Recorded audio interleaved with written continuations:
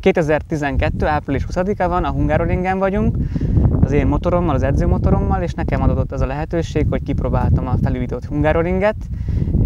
A rázókövek lettek lefestve, és a fehér csíkok is újra lettek festve. Nagyon jól működnek, egyáltalán nem csúszik két keréken, és most már nem csak a profiknak ajánlom a pályát, hanem az amatőr motorosoknak is a szabadnapokon.